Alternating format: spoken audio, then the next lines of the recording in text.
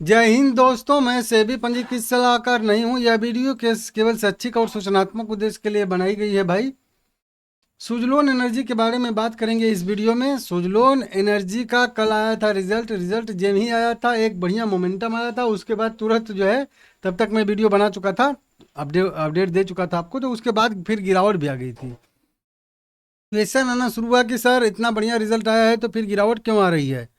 तो देखिए, मार्केट है, मार्केट को कुछ चीज़ें पसंद आती हैं, कुछ चीज़ें पसंद नहीं आती हैं, लेकिन हमको फोकस करना है कि आने वाले समय में कंपनी कैसा परफॉर्मेंस दिखा सकती है, क्या उतना भी निगेटिव मार्केट ले रहा है कि नहीं ले रहा है। अब देखिए, कल थोड़ा बहुत गिरावट अगर आया भी था तो आज 1% की तेजी आई है, उसके उलट मार्केट में आधे परसेंट की गिरावट आई है, तो 1.5% का अंतर हुआ कि नहीं हुआ। आधा परसेंट मार्केट गिरा है तो लॉजिक के हिसाब से आधा परसेंट गिरना चाहिए। 1% बढ़ गया तो 1.5% का अंतर हुआ कि नहीं हुआ। तो एक दिन के मतलब गिरावट तेजी से आप डिसाइड मत करिए। इसीलिए मैं बोलता हूँ कि जब भी किसी कंपनी का रिजल्ट आता है तो उसको थोड़ा सा देखिए, समझिए क्या हो रहा है क्या नहीं हो रहा है, उसको आराम से देखना चाहिए। इसीलिए हड़बड़ गड़बड़ नहीं करना है स्टॉक मार्केट में कभी भी कुछ भी, ठीक है ना। Q4 का जो है अर्निंग कॉन्फ्रेंस कॉल का भी यहाँ पे ऑडियो रिलीज कर दिया गया। ये लिंक जो है, इस लिंक को ओपन करेंगे तो यहाँ पे एक जो है MP3 लिखा है ना, ऑडियो यहाँ पे सुनाई देगा कि उस कॉन्फ्रेंस कॉल जो आधा घंटा को हुई है 45 मिनट की, उसमें क्या क्या बातें पूछी गई हैं, क्या सवाल जवाब हुए हैं, वो सब यहाँ पे जो है इसमें रहता है। हालांकि वो रिपोर्ट निकल के आना शुरू हो जाएंगी कि क्या क्या उसमें कैसे कैसे पूछा गया है, सवाल क्या हुआ, डिविडेंड का सवाल में क्या हो गया, कि डिविडेंड देगी कि नहीं देगी, वो भी सवाल हो सकता है इस बार पूछा गया हो। तो कुछ ना कुछ मैनेजमेंट की तरफ से आया होगा कि हाँ अभी डिविडेंड नहीं देंगे, बाद में देंगे, कुछ ऐसे करके। रिजल्ट पे एक बार फिर से फोकस डाल लेते हैं। यहाँ पे 5500 करोड़ रुपया का यहाँ पे राजस्व दिखा रहा है मार्च का।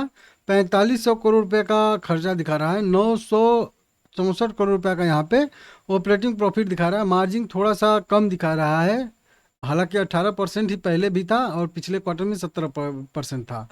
अदर इनकम में बढ़ोतरी हुई है। इंटरेस्ट भी थोड़ा सा बढ़ता हुआ नजर आया है। डिप्रिसिएशन भी थोड़ा सा बढ़ा है। 833 करोड़ प्रॉफिट बिफोर टैक्स आया है, जो कि अनुमान के हिसाब से यह थोड़ा सा कह लीजिए कम है। नेट प्रॉफिट 1100 करोड़ रुपए का आया जरूर है, लेकिन यहाँ पे 34% टैक्स बेनिफिट मिला है। मतलब 800 करोड़ रुपए में से जहाँ पे 10-20% टैक्स से 30% घटना चाहिए था, वहीं पे 34% टैक्स जो है बेनिफिट मिला है 300 करोड़ रुपए के आसपास का।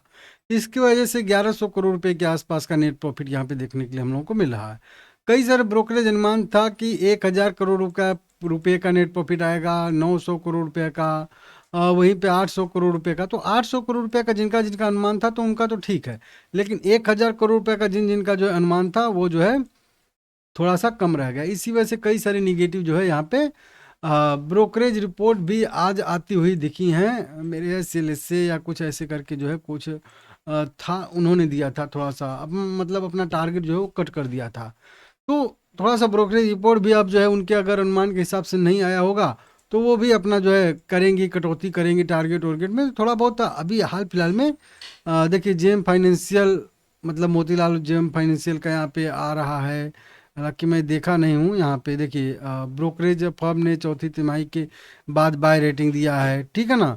यहाँ पे देख तो मुनाफा घटा, इस तरीके से कई सारी आपको जो है देखने के लिए मिल जाएंगे। कुल मिला के कह लीजिए रिपोर्ट, ठीक है ना, कि क्या हुआ है कैसे हुआ है।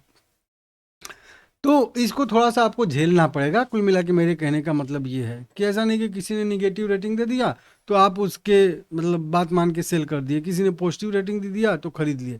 तो थोड़ा सा रिजल्ट आया है तो ये कूद फान चलती है, वो होगा ही होगा।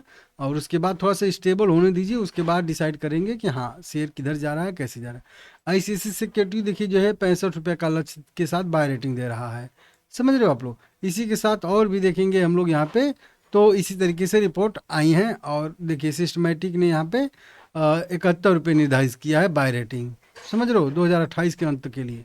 तो ऐसे कई सारी रिपोर्ट आएंगी, उसको आप देखिएगा। मेरा भी पॉजिटिव है इसमें।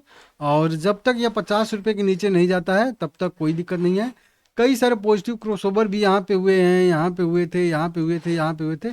तो दो तो क्रॉसओवर यहाँ पे 48 रुपये पे ही हो चुके हैं। 50 पे कोई क्रॉसओवर नहीं है, लेकिन पहले से सपोर्ट है। RSI की बात करेंगे तो यहाँ पे RSI भी थोड़ा सा निगेटिव आके 50 के लेवल पे सस्टेन करके बताया था नहीं, 50 रुपये वाला लेवल, वहाँ से फिर रिकवरी कर रहा है। अब हो सकता है यहाँ से थोड़ा बहुत फिर से रिट्रेस करे और फिर एक बार 70 को टच करने के लिए RSI जा सकता है। तो व्यू पॉजिटिव ही रहेगा आने वाले समय में। मार्केट अगर सही रहता है तो मोमेंटम आएगा और 61-62 को फिर से टच करने के लिए जा सकता है, ऐसी संभावना है। और ये मैं आप लोगों को रिस्क टू रिवार्ड रेशियो भी लगा के बताया था कि ऐसा ऐसा मेरा व्यू है। तो मेरा व्यू यहाँ पे पॉजिटिव है, शॉर्ट टर्म के लिए भी और लॉन्ग टर्म के लिए तो है ही।